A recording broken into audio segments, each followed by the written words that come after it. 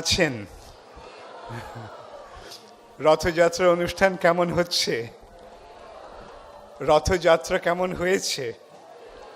আপনারা কে কে যোগদান করেছিলেন? হরে কৃষ্ণ। জগন্নাথের রথযাত্রা কলকাতা তথা বঙ্গভূমিতে চিরকাল চলে আসছে। আমরা ছোটবেলায় কবিতা পড়েছিলাম না, বসেছে আজ রথের তলায় স্নান যাত্রার মেলা, সকাল থেকে বাদল হলো ফুরিয়ে এলো বেলা। কার কার মনে আছে? কি এই কবিতা তোমরা পড়োনি? দেখো কলকাতার কি অবস্থা হয়েছে। বাংলাদেশের সংস্কৃতি হারিয়ে যাচ্ছে। আমাদের ভারতীয় সংস্কৃতিটা কিসের সংস্কৃতি? ভারতের সংস্কৃতির বৈশিষ্ট্য হচ্ছে ভগবত ভক্তি। ভগবানকে কেন্দ্র করেই আমাদের ভারতবর্ষের জীবন, আমাদের বৈদিক সংস্কৃতি। কেননা মানব জীবনের প্রকৃত উদ্দেশ্য হচ্ছে ভগবত ভক্তি লাভ করা। Can you tell them to lower the mic? That's too loud there.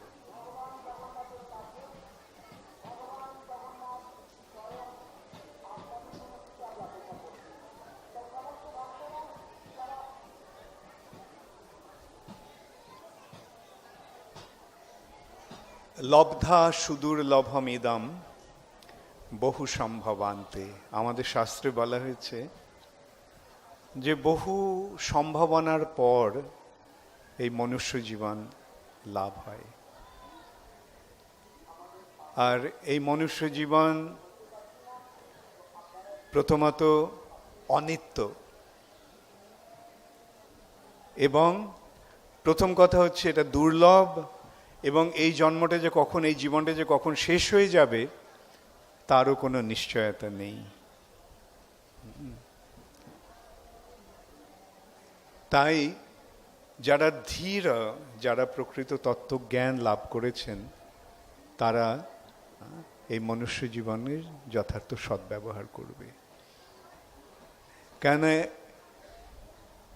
এই জীবন ছাড়া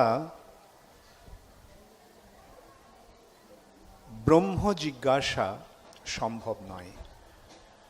ব্রহ্ম জিজ্ঞাসা হচ্ছে আমি কে, আমি কে। আমি যদি সাধারণত যদি আপনাদের জিজ্ঞাসা করি আপনি কে, তাহলে উত্তরটা কি হবে? উত্তরটা হবে আমি, আমার এই নাম, আমি অমুকের পুত্র, ইত্যাদি ইত্যাদি। কিন্তু এই যে পরিচয়, এই পরিচয়টাকে আমাদের প্রকৃত পরিচয়? কে কে মনে করেন যে এই পরিচয়টা আমাদের প্রকৃত পরিচয় নয়? হাত তুলুন। খুব ভালো, সুন্দর। এই দেহকে কেন্দ্র করে আমাদের যে পরিচয়, সেটা আমাদের প্রকৃত পরিচয় নয়। আমাদের প্রকৃত পরিচয় আমাদের চিন্ময় স্বরূপ। আমি যে আত্মা, তাকে জানা। দেহটা জড়, সমস্ত জড় হচ্ছে অচেতন। এখন এই অচেতন জড় শরীরে চেতনা কেন এসেছে? আমি যদি এই প্রশ্নটা করি, এই জড় শরীরে চেতনা কেন এসেছে, তাহলে আপনাদের উত্তরটা কে কে দিতে পারবেন? এই জড় শরীরে চেতনা কিভাবে এসেছে, কেন এসেছে? আচ্ছা, অনেকে জানেন, অনেকে জানেন না। আচ্ছা, জড় শরীরে চেতনা কতক্ষণ থাকে? যতক্ষণ এই শরীরে জীবন আছে, তাই নয় কি? জীবনটা শেষ হয়ে যায় যখন, তখন তাকে আমরা কি বলি? মৃত্যু। অর্থাৎ যখন মৃত্যু হয় তখন এই শরীরে চেতনা থাকে? আচ্ছা, এখন যদি আমি প্রশ্ন করি মৃত্যু কেন হয়, কখন হয়, তাহলে কি উত্তর হবে? এই উত্তরটা কে কে দিতে পারবেন? হ্যাঁ, আচ্ছা, এই উত্তরটা কে কে জানতে চান? হাত তুলুন। ওকে। যখন কারোর মৃত্যু হয় তখন যদিও শরীরটা সেখানে পড়ে থাকে, আমরা কি বলি? ও চলে গেছে, তাই না? দেহ ত্যাগ করেছে, দেহটা ত্যাগ করেছে, দেহ ত্যাগ করেছে। এখন কে দেহ ত্যাগ করলো? দেহটা কে ত্যাগ করেছে? এই উত্তরটা কে কে জানেন? এই উত্তরটা কে কে জানতে চান? আর কে কে আলস্য ভরে হাত তুলছেন না?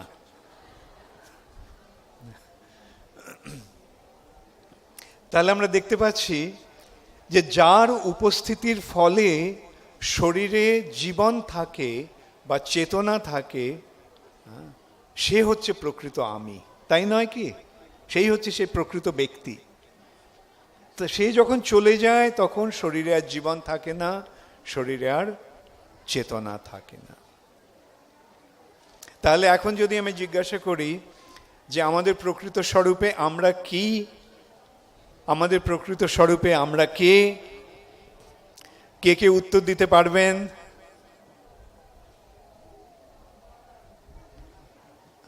অনেক হাত উঠেছে, ভালো।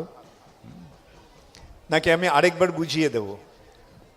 আরেকবার বোঝাবার চেষ্টা করব। আচ্ছা, দেহটার যখন মৃত্যু হয় তখন আমরা কি বলি? আমরা কি বলি? যে উনি চলে গেছেন, উনি দেহ ত্যাগ করেছেন, বলি না? ও পরলোকগত হয়েছে, পরলোকগত হয়েছে। কে হয়েছে? দেহটা হয়েছে না অন্য কেউ? কে হয়েছে? কে চলে গেছে? যার চলে যাওয়ার ফলে দেহটার মৃত্যু হয়েছে। এটা খুব সরল প্রশ্ন, কিন্তু এর উত্তরটা অত্যন্ত জটিল। কিন্তু যখন উত্তরটা আমরা পেয়ে যাই তখন সেটা সরল হয়ে যায়। এখন আমি যদি বলি যে আত্মার উপস্থিতির ফলে দেহে জীবন থাকে, আত্মা যখন দেহ থেকে চলে যায় তখন দেহের মৃত্যু হয়। আচ্ছা, এটা কে কে মেনে নিয়েছেন? আচ্ছা, তাহলে এখন আমি জিজ্ঞাসা করি যে আমাদের স্বরূপে আমরা কে? আচ্ছা, কে কে মেনেছেন যে আমাদের স্বরূপে আমরা আত্মা? অনেক ধন্যবাদ। দেখুন, এই সরল সত্যটাকে তুলে ধরার জন্যই আমাদের সমস্ত প্রচেষ্টা। ইসকনের একমাত্র উদ্দেশ্য হচ্ছে মানুষকে তার প্রকৃত পরিচয়টা জানিয়ে দেওয়া। এখন আমরা যদি আরেকটু এগোতে চাই, এখন আমরা এটা তো মেনে নিলাম যে আমাদের স্বরূপে আমরা আত্মা। আচ্ছা, এখন এই আত্মা কি জড় জগতের বস্তু, না আত্মা অন্য কোনো জগৎ থেকে এসেছে? কে কে মনে করেন যে আত্মা অন্য জগৎ থেকে এসেছে? আচ্ছা আচ্ছা, এখন যদি আমি জিজ্ঞাসা করি আত্মার স্বরূপটা কি? আত্মার জন্ম হয়? জন্ম কার হয়? ভেরি গুড, আমি অনেক শুনতে পাচ্ছি দেহের। দেহের জন্ম কখন হয়? দেহের জন্ম কখন হয়? যখন আত্মা একটা নতুন দেহ গ্রহণ করে, ধারণ করে, তখন আমরা বলি জন্ম হয়েছে। কার জন্ম হয়েছে? দেহটির জন্ম হয়েছে। আর আত্মা যখন দেহটি ছেড়ে চলে যায় তখন আমরা বলি মৃত্যু হয়েছে। কার মৃত্যু হয়েছে? দেহের মৃত্যু হয়েছে। তাহলে আত্মার কি জন্ম হয় না মৃত্যু হয়? এই কথা দেখুন ভগবদ গীতায় ভগবান অত্যন্ত সরলভাবে বুঝিয়ে দিয়েছেন। এই যে কথাগুলি আমি এখন বললাম এগুলি সমস্ত ভগবদ গীতার কথা। ভগবদ গীতা হচ্ছে সমস্ত বেদের সারাতিসার। এই ভগবদ গীতা কার থেকে আমরা পেয়েছি? কে কে জানেন ভগবদ গীতা কে দিয়েছেন?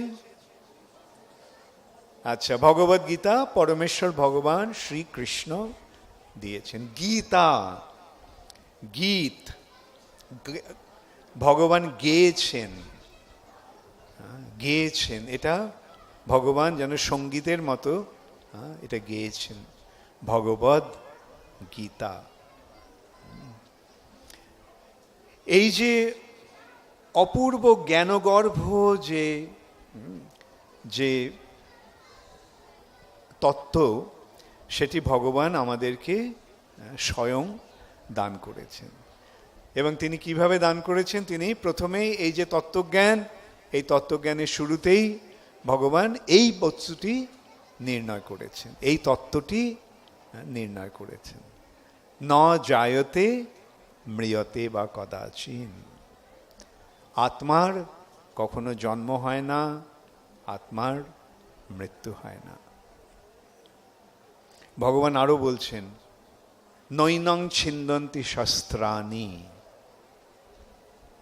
এই আত্মাকে অস্ত্র দিয়ে কাটা যায় না, কোনো অস্ত্র দিয়ে আত্মাকে কাটা যায় না। নৈনং দহতি পাবকঃ, এই আত্মাকে আগুন দিয়ে পোড়ানো যায় না। ন চৈনং ক্রেলয়ন্ত অপ, এই আত্মা জল দিয়ে ভেজানো যায় না। নায়ং শোষয়তি মারুতঃ, বা বায়ু এই আত্মাকে শুকোতে পারে না। দেহটাকে অস্ত্র দিয়ে কাটা যায়, দেহটাকে আগুন দিয়ে পোড়ানো যায়, দেহটাকে জলে ডোবানো যায়, দেহটা বায়ু দিয়ে শুকিয়ে যায়, কিন্তু আত্মা এর দ্বারা প্রভাবিত নয়। তাহলে আমরা দেখতে পাচ্ছি কি, যে দেহটাকে কেন্দ্র করে আত্মা এই জড়জগতে কার্যকলাপ করছে। এখন অনেক রকম দেহ রয়েছে, 84 লক্ষ দেহ রয়েছে। তার মধ্যে আছে জলচর, স্থাবর। প্রথমত স্থাবর এবং জঙ্গম। এক রকমের দেহ আছে যেগুলি স্থাবর, মানে এক জায়গাতেই দাঁড়িয়ে থাকে, চলতে পারে না। সেই দেহগুলি কোন দেহ? গাছপালা। গাছপালাগুলি হচ্ছে স্থাবর। আর অন্যরকম আরেকটি দেহ আছে, সেগুলি হচ্ছে জঙ্গম। জঙ্গম মানে চলনশীল, যেগুলো চলে, ঘোরাফেরা করে। কীট পতঙ্গ, পশু পাখি, সরীসৃপ, মানুষ, এরা সব জঙ্গম। এবং তাদের মধ্যে অনেকে জলচর, অনেকে স্থলচর। তার মধ্যে আবার কেউ কীট পতঙ্গ শরীর, কারো পশু পাখির শরীর, এইরকম 80 লক্ষ বিভিন্ন রকমের শরীর রয়েছে। আর 4 লক্ষ শরীর হচ্ছে মানুষের শরীর। আর এই যে মানুষের শরীর, সেই মানুষের শরীরও আবার বিভিন্ন পর্যায়ে পড়ে। অসভ্য শরীর, অসভ্য মানুষ, অর্ধসভ্য মানুষ, আর সভ্য মানুষ। এই সভ্যতার মাপকাঠিটা কি? কিসের পরিপ্রেক্ষিতে এই সভ্যতার বিচার হচ্ছে? ভালো কাপড় চাপড় পরা, ভালো বাড়ি গাড়ি চড়া, এটাই কি সভ্যতার বিচার? না। আমাদের বেদের যে সভ্যতার বিচার, সেই বেদের সভ্যতার বিচার হচ্ছে যারা শাস্ত্র তত্ত্ব জ্ঞান আলোচনা করার সভায় বসতে পারে। যেই সভায় এই আত্মতত্ত্ব জ্ঞান আলোচনা হয়, তারা হচ্ছে সভ্য। আর যারা ভগবত তত্ত্ব নিয়ে আলোচনা করে না, করতে পারে না, তারা হচ্ছে অসভ্য। আর যারা বেদ মানে কিন্তু বেদের আচরণ করে না, তারা হচ্ছে অর্ধসভ্য। এখন আমরা যদি প্রশ্ন করি, আপনারা কি অসভ্য হতে চান, অর্ধসভ্য হতে চান, না সভ্য হতে চান? কে কে সভ্য হতে চান? ও, সকলেই সভ্য হতে চান, খুব ভালো। আমার খুব ভালো লাগছে যে আপনাদের কাছ থেকে এরকম রেসপন্স পেয়ে। তাহলে এই যে সভা, এই সভাতে আমরা কিসের আলোচনা করব? আমরা এই সভাতে আমাদের যে প্রকৃত স্বরূপ, সেই স্বরূপ সম্বন্ধে আলোচনা করব। যারা সেই আলোচনা করতে পারে, যারা সেই আলোচনা বুঝতে পারে, তারাই হচ্ছে সভ্য, এবং তাদেরই মানব জীবন সার্থক হয়েছে। তাহলে এখন যদি আমি প্রশ্ন করি, আচ্ছা আমি আরেকবার যাচাই করে নিতে চাই, আপনারা কে কে মেনে নিয়েছেন যে আপনাদের স্বরূপে আপনারা আত্মা? খুব সুন্দর। কিন্তু এখন যদি আমি প্রশ্ন করি, এই শরীরের সঙ্গে আত্মার সম্পর্কটা কিসের, কিরকম? এই শরীরের সঙ্গে আত্মার সম্পর্ক আছে? আপনার শরীরের সঙ্গে আপনার সম্পর্ক আছে? আচ্ছা, আপনি কে? ভেরি গুড, আপনি আত্মা। আপনার শরীরের সঙ্গে আপনার সম্পর্ক আছে? আছে না নেই? আমি শুনতে পাচ্ছি না। আচ্ছা আমি প্রশ্ন করব, কে কে মনে করেন যে আপনার শরীরের সঙ্গে আপনার সম্পর্ক আছে? হাত তুলুন। খুব ভালো। হ্যাঁ, সেই সম্পর্কটা কিরকম? সেই সম্পর্ক সম্বন্ধেও ভগবান বলছেন ভগবদ গীতায় যে জীর্ণানি বাসাংসি যথা বিহায় নবানি গৃহ্ণাতি নর অপরাণি তথা শরীরানি বিহায় জীর্ণানি অন্নানি সংজাতি নবানি দেহি। জীর্ণানি বাসাংসি, বসন, বসন মানে বস্ত্র, কাপড়, পোশাক। জীর্ণ মানে পুরনো হয়ে যাওয়া। পোশাকটা যখন পুরনো হয়ে যায়, কাপড়টা যখন নোংরা হয়ে যায়, তখন আপনাকে সেই কাপড়টাই পরে থাকেন? কাপড়টা পুরনো হয়ে গেলে, নোংরা হয়ে গেলে সেই কাপড়টা পরে থাকেন? যেমন সেই কাপড়টাকে ছেড়ে, আপনার কাপড়টা ছেড়েই কি ওইভাবেই থাকেন? না কাপড়টা ছেড়ে একটা নতুন কাপড় পরেন, অন্য কাপড় পরেন, তাই না?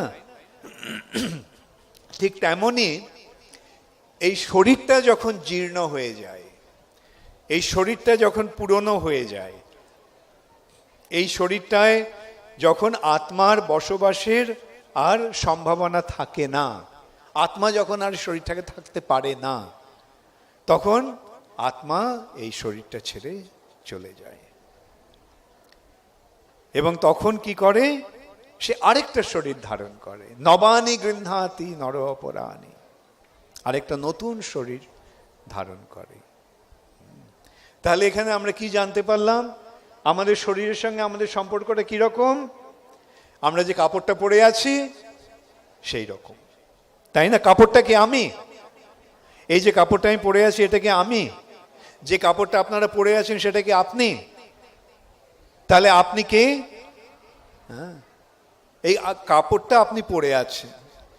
ঠিক তেমনি দেহটা কে আত্মা ধারণ করে আছে, যেন একটা পোশাকের মতো আত্মা এই শরীরটাকে পরে আছে। তাহলে এখন বোঝা গেল আত্মার সঙ্গে শরীরের কি সম্পর্ক, বা উল্টোভাবে বলবো আমি, শরীরের সঙ্গে আত্মার কি সম্পর্ক। আচ্ছা, এখন আপনারা কে কে অমর হতে চান? আমরা বলি না, মরিতে চাহি না আমি সুন্দর ভুবনে, তাই না? কেউ মরতে চায় এখানে? কেউ মরতে চায়? লজ্জা পাওয়ার কিছু নেই, ভয় পাওয়ারও কিছু নেই। হ্যাঁ, আমরা প্রকৃতপক্ষে আমরা কেউই মরতে চাই না। আমরা সকলেই অমর হতে চাই না? হ্যাঁ, তা না হলে ডাক্তারের কাছে এত পয়সা খরচ করে যাচ্ছি কেন? এত পয়সা খরচ করে ওষুধ কিনছি কেন? কেন করছি? বেঁচে থাকার জন্য। হ্যাঁ, কোনো রোগ হলেই সঙ্গে সঙ্গে আমরা ছুটছি রোগটা সারাবার জন্য, কেননা হ্যাঁ এই রোগের মাধ্যমে আমাদের মৃত্যুর সম্ভাবনা। হ্যাঁ, তাহলে কেউ মরতে চায়? কেউ মরতে চায় না। অর্থাৎ সকলে অমর হতে চায়, সকলে অমর হতে চায়। হ্যাঁ, আচ্ছা, তাহলে এখানে যদি আমরা বিচার করি, আত্মার মৃত্যু হয়? আত্মার মৃত্যু হয় না। আপনি কে? শরীর না আত্মা? আত্মা। আচ্ছা, আত্মার মৃত্যু হয় না, আপনি আত্মা, তাহলে আপনার মৃত্যু হবে? হ্যাঁ, হবে কি হবে না? না। Very good. তাহলে দেখলে কত সহজে আমরা অমরত্ব লাভ করতে পারি। হ্যাঁ, সেই জন্য এই যে বৈদিক তত্ত্বজ্ঞান, সেই জ্ঞানটাকে বলা হচ্ছে অমৃত। শৃণ্বন্তু বিশ্বে অমৃতস্য পুত্রা। আমাদের বেদে এই কথাটি বলা হচ্ছে যে আমরা সকলে অমৃতের পুত্র। আমরা যদি অমৃতের পুত্র হই তাহলে কি আমাদের মৃত্যু হবে? তবে একটা জিনিস, যে আমাদের পিতার সঙ্গে আমাদের পরিচয়টা স্থাপন করতে হবে। পিতার সঙ্গে পরিচয় যদি না স্থাপন হয় তাহলে কি আমরা আমাদের প্রকৃত পরিচয় লাভ করতে পারবো? পারবো না। এখন যদি আমি প্রশ্ন করি যে আমাদের পরম পিতা কে? আমাদের পিতা কে? হ্যাঁ, ভগবান। এই দেহের পিতামাতা আছে, এই দেহটার পিতামাতা আছে, তাকে আমরা জানি, তাকে আমরা চিনি। কিন্তু আত্মার পিতা কে? আত্মার মাতা কে? হ্যাঁ, এই আমাদের শাস্ত্রে বলা হচ্ছে আত্মার পিতা হচ্ছে বেদ, পিতা হচ্ছেন শ্রী গুরুদেব, আর আত্মার মাতা হচ্ছে বেদ, বেদ ও মাতা। পিতা মাতার মাধ্যমে আমাদেরকে নতুন জন্ম দান করছেন। কিসের জন্ম? আত্মার জন্ম। তাই জন্য এই যে মানুষের শরীর, যারা উচ্চ স্তরের মানুষ, যারা এই আত্মতত্ত্বজ্ঞান লাভ করতে চায়, তাদেরকে দ্বিতীয় জন্ম গ্রহণ করতে হয়। তাই তাদের বলা হয় দ্বিজ। দ্বিজ, দ্বিতীয়বার যার জন্ম হয়, দুবার যার জন্ম হয়েছে। সাধারণত লোকেরা মনে করে যে দ্বিজ মানে হচ্ছে ব্রাহ্মণ, আর ব্রাহ্মণ মানে হচ্ছে যার ব্রাহ্মণ পরিবারে জন্ম হয়েছে সে ব্রাহ্মণ। কিন্তু আমাদের শাস্ত্রে বলা হচ্ছে না, তা নয়। বলা হচ্ছে জন্ম না জায়তে শূদ্র।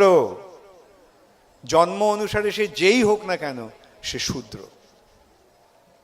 সংস্কারাৎ ভবতি দ্বিজ।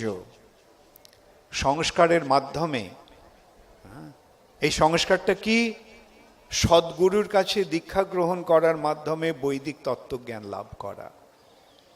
তার ফলে দ্বিজত্ব, দ্বিতীয় জন্ম লাভ হচ্ছে। সংস্কারাৎ ভবতি দ্বিজ। তখন বেদ অধ্যয়ন করার যোগ্যতা লাভ হয়। বেদ পাঠাৎ ভবেদ বিপ্র ব্রহ্ম জানাতি ইতি ব্রাহ্মণ। এবং যখন ব্রহ্মকে, পরম তত্ত্বকে, আধ্যাত্মিক তত্ত্বজ্ঞান যখন লাভ হয় তখন তাকে বলা হয় ব্রাহ্মণ। এই ব্রাহ্মণত্ব জন্ম অনুসারে হয় না, এটা গুণ ও কর্ম বিভাগস্য। ভগবান গীতাতে বলছেন যে চাতুর্বর্ণং ময়া সৃষ্ট, চারটে বর্ণ, ব্রাহ্মণ, ক্ষত্রিয়, বৈশ্য, শূদ্র, চাতুর্বর্ণং ময়া সৃষ্ট, আমি সৃষ্টি করেছি। গুণ ও কর্ম বিভাগস্য, গুণ এবং কর্ম অনুসারে।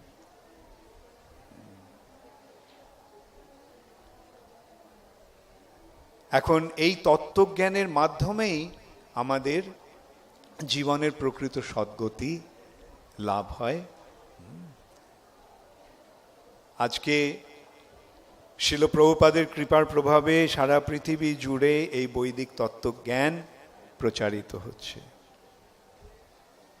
শুধু কলকাতায় বা বঙ্গভূমিতে বা ভারতবর্ষেই নয়, পৃথিবীর সমস্ত জায়গাতে এই বৈদিক জ্ঞানের প্রচার হচ্ছে, এবং তার ফলে হাজার হাজার মানুষ এই তত্ত্বজ্ঞান লাভ করে তাদের মনুষ্য জন্ম সফল করছে। শুধু এটি সম্ভব হয়েছে আমাদের পরমারাধ্য গুরুদেব শিল প্রভুপাদের কৃপার প্রভাবে। এবং এই যে ইসকন সংস্থা, এই ইসকন সংস্থার একমাত্র উদ্দেশ্য হচ্ছে এই তত্ত্বজ্ঞান সকলকে প্রদান করা। আজকে যদি আমরা এখানে প্রশ্ন করি যে এই বৈদিক তত্ত্বজ্ঞান আপনারা কে কে লাভ করেছেন, হাত তুলুন। আচ্ছা, যারা লাভ করেছেন তারা কিভাবে লাভ করেছেন? ইসকনের সান্নিধ্যে আসার ফলে লাভ করেছেন, না ইসকন ছাড়া এই জ্ঞান লাভ হয়েছিল? ইসকনের সান্নিধ্যে আসার ফলে কার কার এই জ্ঞান লাভ হয়েছে? হ্যাঁ, তাহলে আমরা দেখতে পাচ্ছি যে শিল প্রভুপাদের কৃপার প্রভাবেই আমরা এই জ্ঞান লাভ করতে পেরেছি। ব্যক্তিগতভাবে আমি বলবো যে আমার এই জ্ঞান ছিল না। আমার স্বরূপে যে আমি আমার শরীর নই, আমার স্বরূপে যে আমি আত্মা, সেটা আমার জানা ছিল না। আমি ভগবদ গীতা পড়েছি এ পথে আসার আগে, শিল প্রভুপাদের চরণাশ্রয় করার আগে, কিন্তু ভগবদ গীতার প্রকৃত যে নির্দেশ, প্রকৃত যে তত্ত্ব, সেটা আমি বুঝতে পারিনি। শিল প্রভুপাদের সান্নিধ্যে আসার ফলে আজকে আমি জানতে পেরেছি, এবং আমি দৃঢ় নিশ্চয় যে আপনাদের সকলেরও সেই তাই হয়েছে। শিল প্রভুপাদের সান্নিধ্যে আসার আগে, শিল প্রভুপাদের শিক্ষার সান্নিধ্যে আসার আগে এই জ্ঞান আপনাদেরও ছিল না। আজকে শিল প্রভুপাদের কৃপায় আমরা সকলে এই জ্ঞান লাভ করার সুযোগ পাচ্ছি, এবং এই জ্ঞান লাভ করার ফলে আমাদের লাভ হয়েছে না ক্ষতি হয়েছে? লাভ হয়েছে। এবং আজকে সারা পৃথিবী জুড়ে এটা হচ্ছে। একটা সময় ছিল যখন আমি কলকাতাতে অনেক সময় থাকতাম, কলকাতা মায়াপুরেই আমি অধিকাংশ সময় থাকতাম। এখন কলকাতায় বছরে একবার দুবার আসা সম্ভব হয়, কেননা বিদেশে এত কাজ রয়েছে, এত মানুষ এই জ্ঞান লাভের প্রয়াসী, তাই তাদের কাছে এই জ্ঞানটি পৌঁছে দেওয়ার জন্য আমাদের জায়গায় জায়গায় ঘুরে বেড়াতে হয়। অনেকে দুশ্চিন্তাগ্রস্ত হয়ে পড়েছে আমি এত ভ্রমণ করছি বলে, কিন্তু কি না করে তো উপায় নেই। যে আমরা মুষ্টিমেয় কয়েকজন যারা আছি ইসকনে, আমাদের প্রচার করতে হচ্ছে। তবে মহাপ্রভু কি নির্দেশ দিয়েছেন? ভারত ভূমিতে হইল মনুষ্য জন্ম যার, জন্ম সার্থক করি করো পর উপকার। যাদের এই ভারত ভূমিতে মনুষ্য জন্ম লাভ হয়েছে, তাদের কি করা কর্তব্য, তাদের কি করণীয়? জন্ম সার্থক করি করো পর উপকার। এই যে পর উপকার, সেই পর উপকারটা কীরকম? পর উপকারটা শুধু ওই খেতে দেওয়া, পড়তে দেওয়া, চাকরি জোগাড় করে দেওয়া, এটাই কি পর উপকার? এটাও আমরা করছি। যেমন এখানে আজকে হাজার হাজার মানুষকে প্রসাদ দেওয়া হচ্ছে, অন্নদান করা হচ্ছে। আমরা কেবল অন্নদান করছি না, আমরা ভগবত প্রসাদ প্রদান করছি।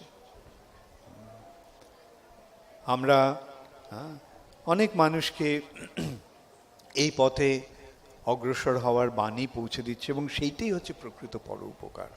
প্রকৃত পরোপকার তখনই হয় যখন প্রকৃত সমস্যার সমাধান হয়। এই জগতে সবচাইতে বড় সমস্যাটি কি? এই জগতে সবচাইতে বড় সমস্যা হচ্ছে মৃত্যু, তাই নয় কি? সমস্ত সমস্যাগুলি ওই মৃত্যুকে কেন্দ্র করে।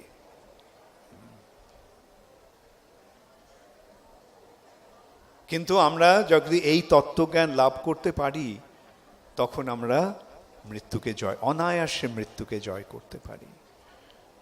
যে কথা আমি আগে বললাম, যে এই জ্ঞান লাভের ফলে আমরা অমৃতত্ব লাভ করি, আমরা অমর হয়ে যাই। কেন? আমরা প্রকৃত স্বরূপে আমরা সকলেই অমর। আমাদের স্বরূপটাকে ভুলে যাওয়ার ফলেই আমরা মরণশীল হয়েছি। যেহেতু আমরা এই শরীরটাকে আমার স্বরূপ বলে মনে করছি, এবং তাই যখন শরীরটা ছেড়ে আমাকে চলে যেতে হচ্ছে, তখন আমি ভাবছি এই শরীর আমার মৃত্যু হলো, আমার মৃত্যু হলো। যেহেতু আমার এই পরিচয়টা কেবল এই শরীরটাকে কেন্দ্র করে, তাই আমি মনে করছি আমার মৃত্যু হবে বা আমার মৃত্যু হলো। কিন্তু আমি যদি জানতে পারি এই শরীরটা আমার একটা বাহ্যিক আবরণ, সেই আবরণটাকে ছেড়ে আমি আমার প্রকৃত স্বরূপে যখন আমি অধিষ্ঠিত হতে পারি, তখনই আমাদের জীবন সার্থক হয়।